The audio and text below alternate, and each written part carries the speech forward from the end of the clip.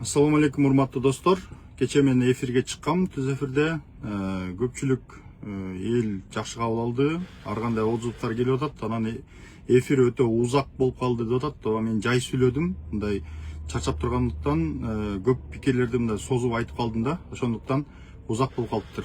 Акыркы 5 жыл аралыгында ошол Камчыбек Ташиев менен Садыр Жапаровдун ортосундагы мамилелер жөнүндө айткам.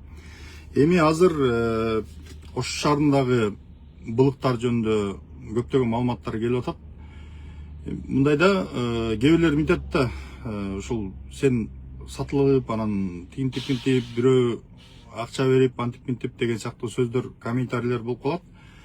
Эми мен өзүңөр жакшы билесиңер, көп жылдан бери Америкада жашайм. Өзүмдүн ак мээнет менен акча табам. Мага эч кимдин акчасы, тыйын тыпыры, тигинси мунусу кызык эмес. Ошондуктан мен эч кимди сатып ала албайт. Жанагындай ортого түшкөндөрдүн эч кимисинин сөзүн укпайм. Ошондуктан ушундай учурда маалыматтар топтоло берет да. Эми өткөндө Адылбек Касымалиев барганда жыйында айтты, Ош шаарында 44%ке инвестиция азайып кеткендей. То есть 24 жылга салыштырмалуу 25 жылы 44%ке инвестиция аз тартылган деген. Анан бул деген еще неме да, 40%тен ашык бизнесмендер ар кайсы жактагыларга чыгып, камалып, соттолуп, Өзбекстанга качып, кыскасы быркын-тыркыны чыкты. Эмне үчүн болду? Мунун бардыгы бир жыл Жеңишбек Токторбаев барып Ошко мэр болду. Жолдорду, көчөлөрдүн бардыгын иреттеп, снос кылып, бузулуп, ал кишинин аты снос мэр деген атка калды. Анан албетте кинону жакшы тартты, пиарды жакшы кылды, ар кандай мимикаларды, жесттерди сонун кылат экен, сөздү абдан жакшы сүйлөйт экен. Ошондуктан ал кишинин пиары абдан катуу болду. Бул карапайым элге жакты. Бирок деген эмне үчүн 44% инвестиция азайып кетти деген суроого келе турган болсок, Жеңишбек Токторбаев бул Камчыбек Ташиевдин ошол эң ишенген кадрларынын бири. Мындайча айтканда Ташиевдин классташы. Ал ошол кызматка Ташиевдин аркасы менен келген. Ошон үчүн ага карт-бланш алып, анан абдан көп акча бөлүндү. Ошол акча менен анан курулуштарды жүргүздү. Ал курулуштар кандай жүрдү? Ал жерде Ошто ким бетон чыгарса, ким кирпич чыгарса, ошолордун бардыгын куугунтуктап, ГКНБ аркылуу кысымга алып, базарларын тартып алып, кече Мырзахматов жөнүндө айттым го, Мелис Мырзахматовдун көп мүлктөрүн мамлекетке кайтарабыз деп сотко берип, антип сотко сүйрөп, жүдөтүп, прокуратурага чакырып, кыскасы аябай жүдөттү да. Андан тышкары да толгон токой чиновниктер бар.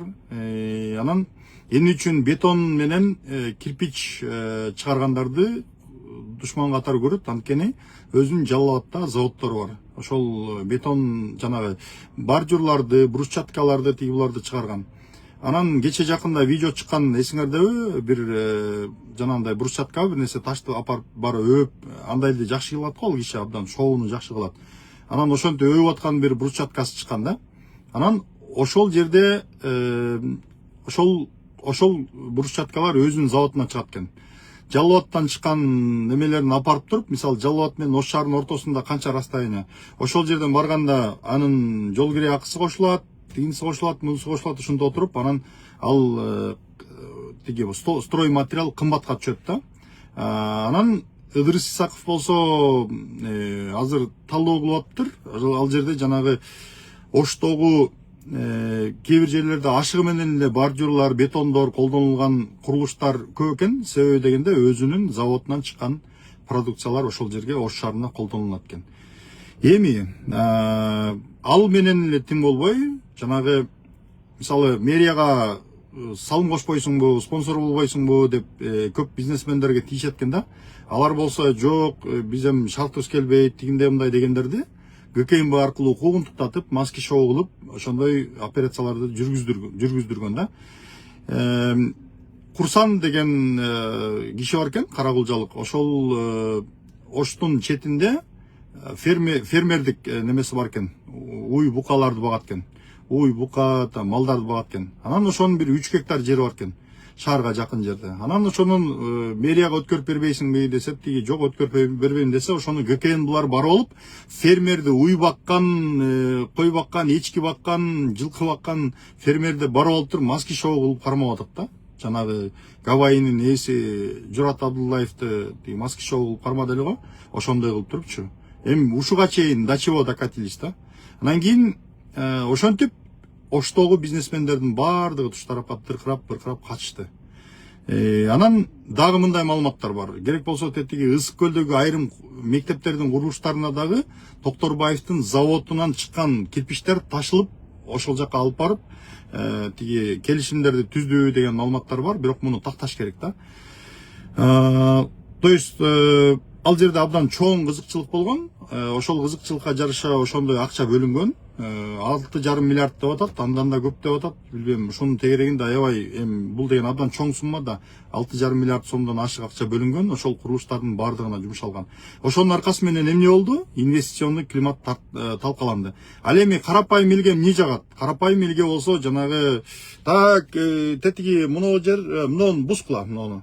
Тетиги козерогун буспуштагыла, тетиги тосмо лишникини албайсың тетигин деп анан кызматкерлерин урушуп, таңкы 6-да, 4-тө, 5-те тургузуп алып, орун басары Сонунбек Жунуспаевди багымда токуп кечигип калдым десе, эмне бир жериң акпы деп шылдыңдаганы эсиңердеби?